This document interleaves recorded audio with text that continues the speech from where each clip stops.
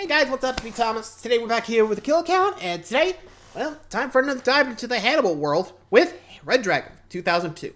So this is the remake of the Manhunter movie, so I'm not too sure how much it's going to change, but then again, I'm not too sure since I never actually watched it. I think I remember watching the critic do old versus new on this. Might be confused about the trip, but anyway. So, why don't we take a look back at this one, huh? Will it have the same amount of bodies? Let's go find out. Be sure to like, subscribe for more. Hope you enjoy. Let's check it out. Bring it.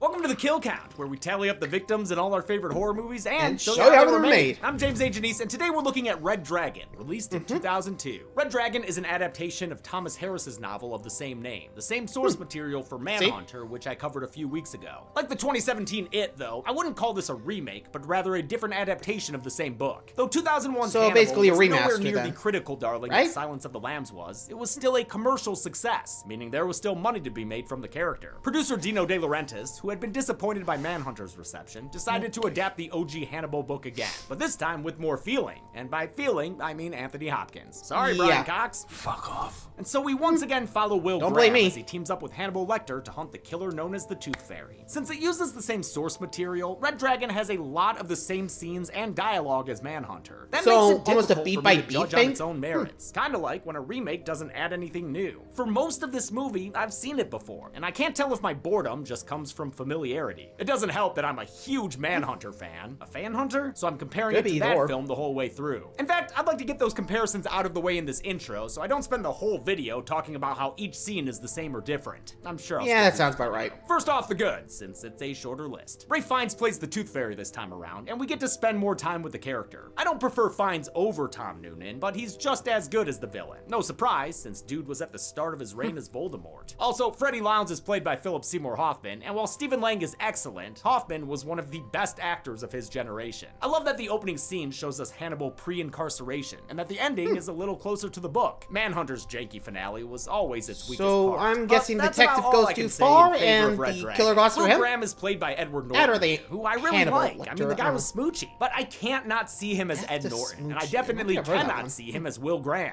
William Peterson Makes felt like a sense. man truly broken under the weight of his superhuman gift to understand serial killers. It was a haunting, somber performance. Ed Norton just Not so seemed much. sad. And when it comes to Lecter, we all know Hopkins was great in Silence, but the character continues its Flanderization that began with Hannibal. He's sneering all over the place, and senselessly using that southern accent he used to pointedly mock Clarice Starling. You know, I believe we're making progress. Why would you use that with Will Graham? The got performance me. matches the Remember, style, I think or this was lack actually thereof, before of director Jody. Brett Ratner, who does nothing Clarice. interesting here. And I'm not just saying that because he's a creep who fled the country after his career tanked in the wake Wow. of various sexual misconduct allegations. What if you showed up Punk. and I was absolutely crazy and I said, I want you naked in all your scenes? Red Dragon Sheesh. is the least What a subtle punk. of the Hannibal films up to this point. You can tell just by the sound effects and music cues.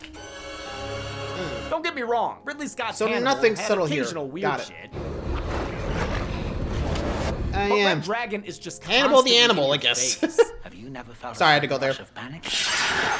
like that. Literally. I know a lot of people love this movie, and that's okay. It's got some Hey, good stuff. you love what you including love, a man. Recognizable cast. But for me, it's a continuation of this franchise's gradually declining quality. But hey, at least it's better than Hannibal Rising. Will we get the same I kills think as... that's next, right?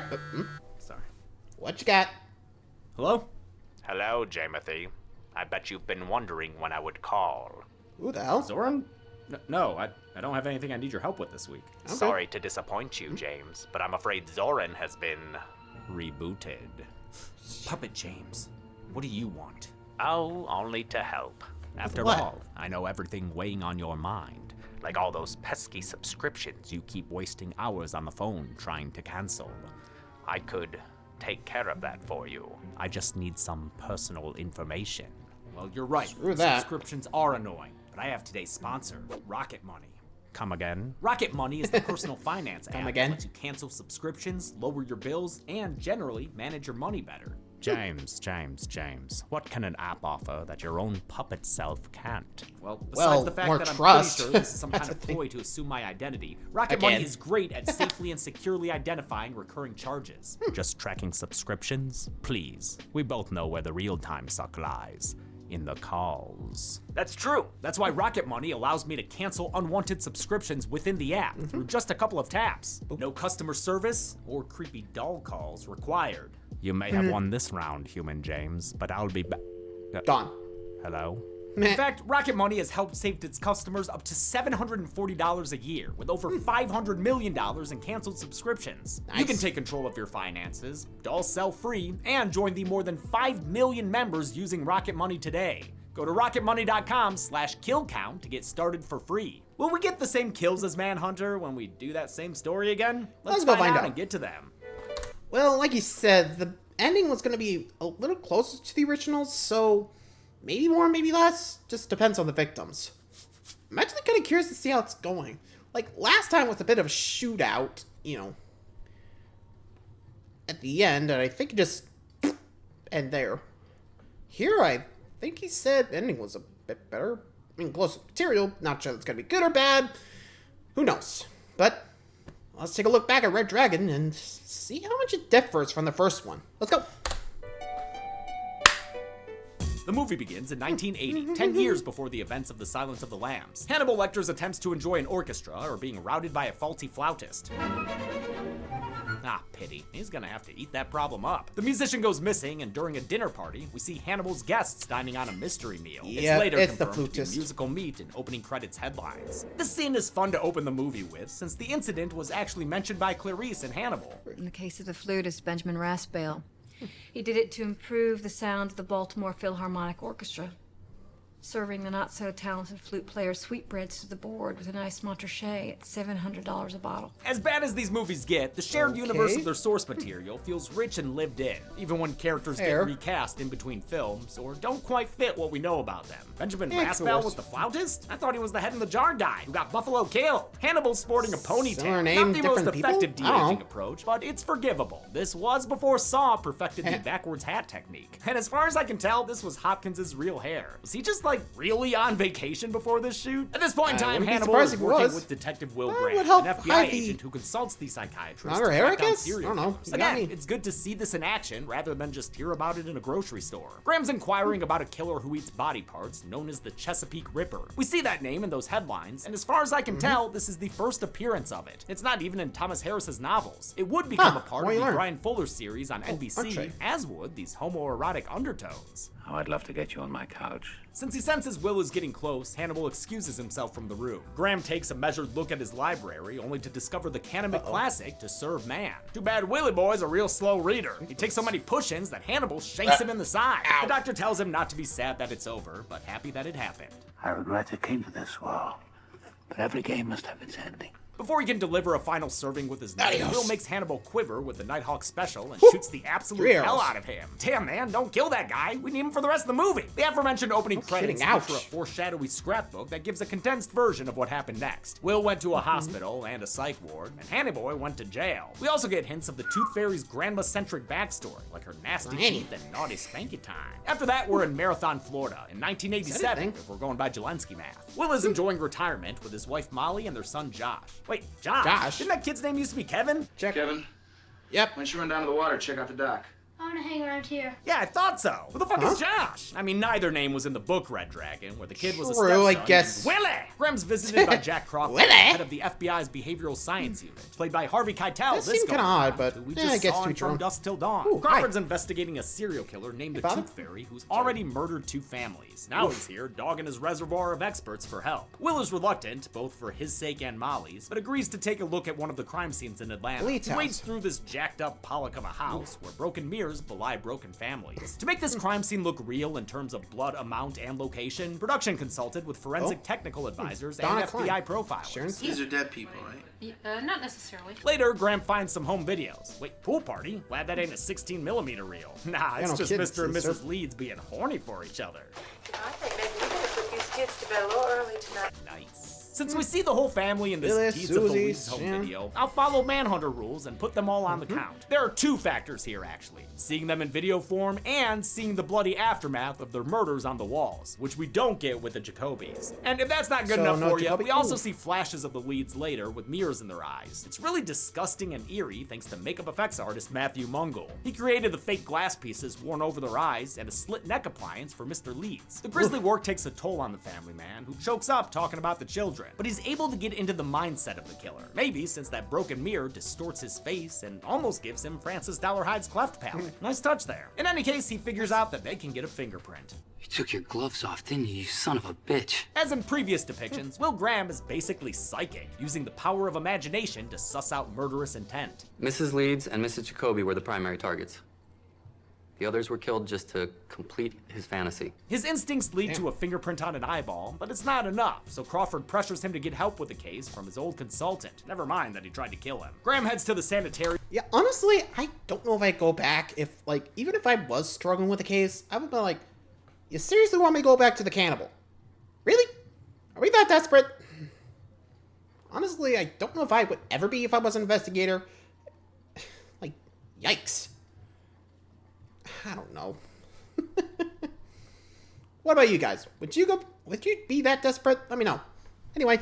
Where Lecter is held, run by Dr. Chilton. He's once again played to smarmy perfection by Anthony Heald, reprising the role really? from Silence of the Lambs. Huh, Chilton is welcome more back. obsequious here, though. Maybe since he hasn't had the job for as long. Or maybe since Graham isn't a small woman he can harass. Will makes his way Yeah, through the too strong. dungeon to find Hannibal, who takes this meeting lying down. It's a stark contrast to how he greeted Clarice Starling. With Will, Hannibal's familiar, like the two are old chums. That's the same atrocious aftershave you wore in court. Will tells the good doctor he needs help figuring out how the Tooth Fairy chooses his victims. They both play chicken for a minute before Lecter agrees to look at the case file. Hell yeah, the boys are back, baby! Just like old times, eh, Will? Just like old times indeed. Red Dragon saw the return of Silence of the Lambs Ted Talley. screenwriter Cool. Ted Talley, whose script convinced others to return to the series after they found Hannibal too gross. That included production designer Chrissy Christy Zia. Zia, who built this dungeon set based on her original designs, which had been donated to a museum. They were able to dress it with some original Literally, props, you while belong in a others had to museum. be Had to recreated. go there. Zia also decorated Hannibal's home in the opening scene based on pictures of where Sigmund Freud lived. Will visits the crime scene of the Jacoby family in Birmingham, Alabama. In the backyard, he's tabbed off that the killer went high and observed the family from a tree branch. He finds a carved-in calling card, a mahjong symbol for the Red Dragon, which he later shows Hannibal while he's getting exercise on the handy-go-round. This walk and talk was Do one of not several cross. scenes featuring Hannibal that wasn't in Thomas Harris's book. Screenwriter Talley felt that Lecter needed more screen time due to the character's popularity, which Harris acknowledged as a commercial reality. The author helped by emailing and faxing ideas for scenes and dialogue. Hannibal, being a man of culture, Thanks, man. points Graham Cracker in the direction of painter William Blake. With the help of some library books and a young worker who is definitely hot for him,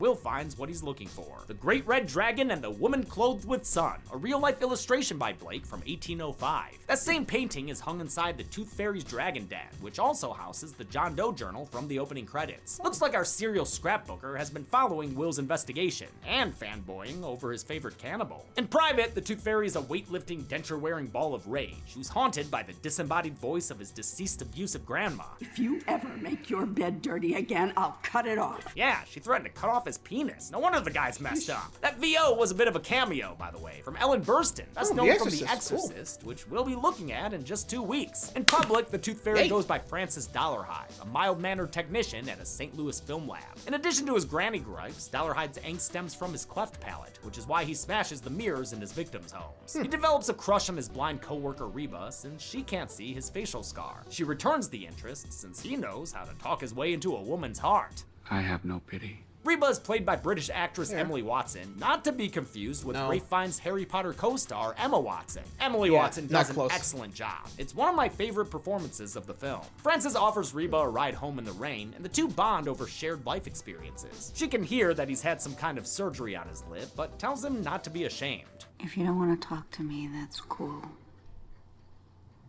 But I hope that you will, because I know what it's like to have people always thinking that you're different. Their romance is on a slower Fair track enough. than it was in Manhunter, though. This first date is cut short when she asks to touch his face, causing him to abruptly leave. Back in Baltimore, some bum fodder correspondence from the Tooth Fairy is found in Lecter's cell. It's discovered by a faceless Run Simmons in a cameo, he of Run DMC. I don't know what Ratner's backstory with musicians is, but boy was I surprised to see that Michael freaking Jackson visited the set. Sit still or he'll hear us. Who will? Michael Jackson.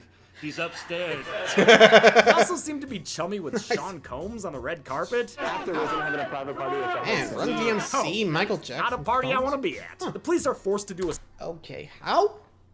I mean, can you imagine if they actually had Jackson, like, cameo here? Also, the joke about him... Shh, quiet, he'll hear us. Michael Jackson's upstairs. Was this, like, during the Neverland scandal? Remember? Or something. I don't remember where it was, but... I think this was actually 3 years before his death, if I think about it, right? Didn't he die in 2005? Jackson, I mean. Still, though. Holy cow. Anyway. A speedy forensics job on the letter, trying to keep Hannibal in the dark, figuratively and literally. It's scanned by document technician Lloyd Bowman, played by Ken Leung, who was previously on the Count and Saw. Bowman's better at spotting handwriting than tripwires, and they're able to deduce that Lecter's response will be published in the Tattler. That's the Chicago tabloid that's been covering the Tooth Fairy case. We saw some of its headlines and articles in the opening credits, including pictures of Will Graham in the hospital, which were taken without his consent by sleazy reporter Freddie Lowndes. The note is returned to Lecter's cell, and his response is intercepted, but it's anything but straightforward. I offer 100 prayers for your safety. Find help in John 6:22, 8:16, 9:1, Luke 1:7. Code. Has to be. Will lets the message run to avoid severing a direct line to their suspect, a decision he comes to regret once Bowman deciphers the code later that night. It says Graham Home, Marathon, Florida.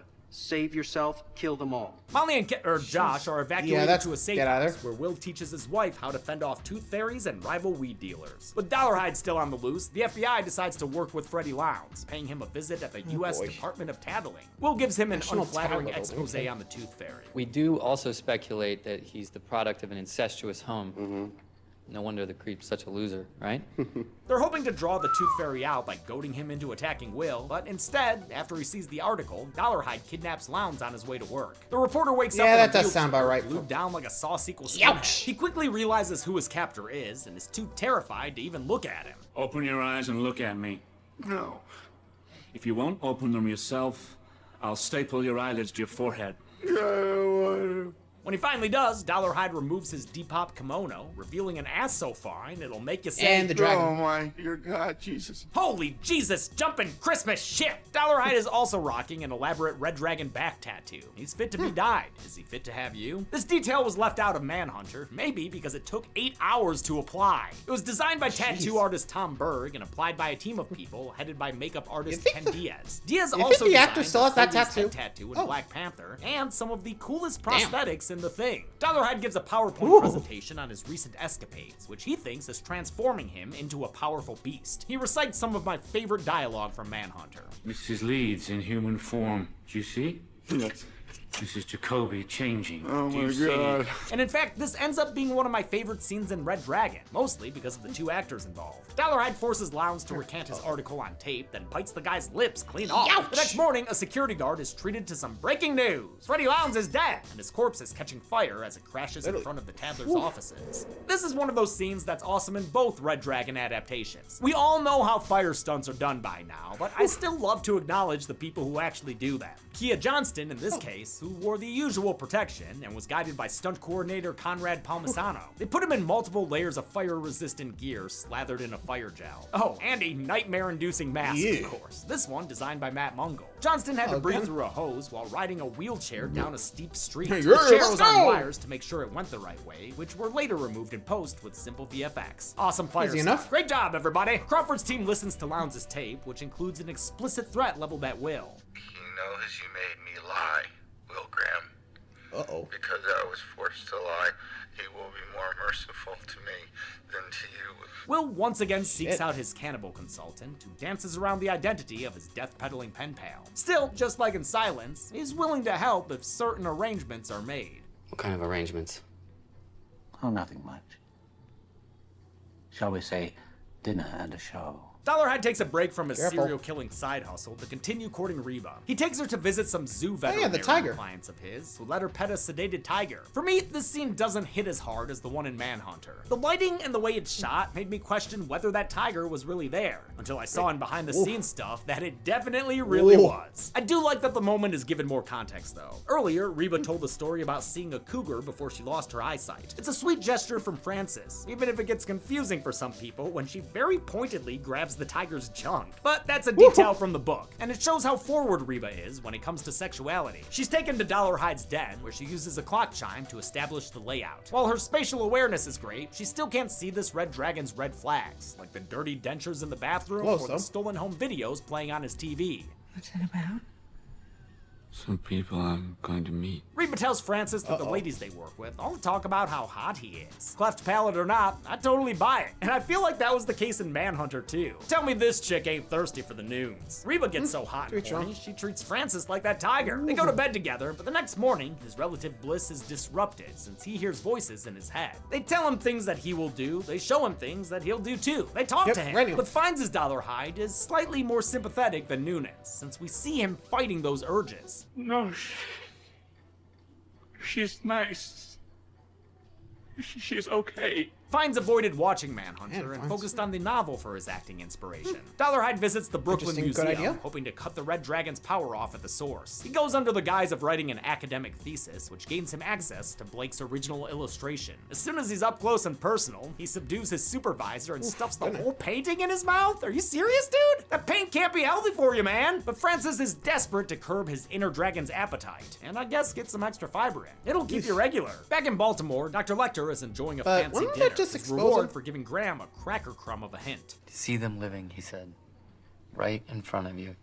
It's something about these home movies, like they keep saying, you looked but didn't see. As Will views one of the leads' home videos, he deduces the Tooth Fairy must have known the interior of their house. After a phone call with the Jacoby family's lawyer, Will finds out they had a similar video made by the same company, Chromolux. Graham and Crawford fly to their headquarters in St. Louis and find out their likely suspect is Francis Dollarhide. As they get his home address, the Tooth Fairy himself arrives, and since he recognizes Will from the papers, he flees. Run away! He seeks solace with Reba, only to see that she's been spending time with a co-worker named Ralph, who had flirted with her earlier. Reba's not interested in Ralph, but a quick peck on the cheek is all it takes to get this jealous dragon seeing red. Dollarhide lays his vengeance upon Ralph with a quick and simple headshot. Then he knocks on Reba's door and knocks her out with chloroform. Dollarhide suspects Reba sold him out to the feds, so he sets his home ablaze and prepares to kill her in a murder-suicide. But he loves her too much to go through with it. Instead of getting shot, Reba hears a gun go off and gets blood splatter on her face. She falls to the floor and feels on some bloody brow, convincing her that Dollarhide is dead. I mean, to be fair, she can't see that there's no kill graphic. The chiming of the clock helps guide the sightless Cinderella out of the burning building. She gets outside just as the cops arrive, and though Will tries to get inside, those plans go up in flames, seemingly closing the case on the Tooth Fairy. This massive fire stunt was done with the set they built on a Universal soundstage. It's wild that they did this inside a soundstage, and even wilder how flippant Ratner seems about his actors. But they're not going to be able to take the heat any longer than that. That's what'll help the scene, I think. Sure enough, looks like it got too hot for them during takes. Better if you go with me. They also blew up the exterior set they built for the Dollarhide house, but even though it was a real explosion, which you know I always love, they added visual effects in post that I think kinda cheapens it. Reba recovers in the hospital, where Will says it's not her fault that Dollarhide became obsessed with her. You didn't draw a freak, okay? You drew a man with a freak on his back. That's a thing. Not that freak. Hey, don't mock my drawing. I'm not the only bad artist here. With the Tooth Fairy dead, Will and his family return to their home in Florida. But it isn't long before Will gets an unfortunate call. The faceless corpse that Reba felt didn't belong to Dollarhide. DNA results, which may be anachronistic depending on what year this takes place, revealed that the burnt up body was Ralph's, meaning Dollarhide is still at large. The killer's already bashing some bad luck into Will's life. The agent finds G.I. Dragon upstairs with his son, who's really been a non-factor this whole movie. Fucking Josh. Since Will studied Dollarhide's diary, he decides to stir up some bad granny memories. Look at you. I've never seen A child as disgusting as you. The ploy works and Dollarhide attacks, giving Will the opening to run and hide with his son in on, another John. room. Molly arrives to check on them and just barely avoids the crossfire as the two men turn on their wall hacks. They both get shot, but Will only gets a kill assist, since it's Molly who ultimately guns down the Nice, killer, Molly! putting that earlier firearm training to good use. Hannibal pens the recovering Will a letter, which he reads as he's out sailing with his family. Chilton informs Lecter that he has a special visitor. A young woman. Says There she's from is. the FBI. And the movie ends just as the Silence of the Lambs begins. How many victims did this Damn, red dragon that slay? close? Let's find out and get to the numbers. So number 9. Oh, what? Is there something in my teeth? How long's that been there? I don't know. God damn it! Hey! That's on you, not me. I didn't touch it.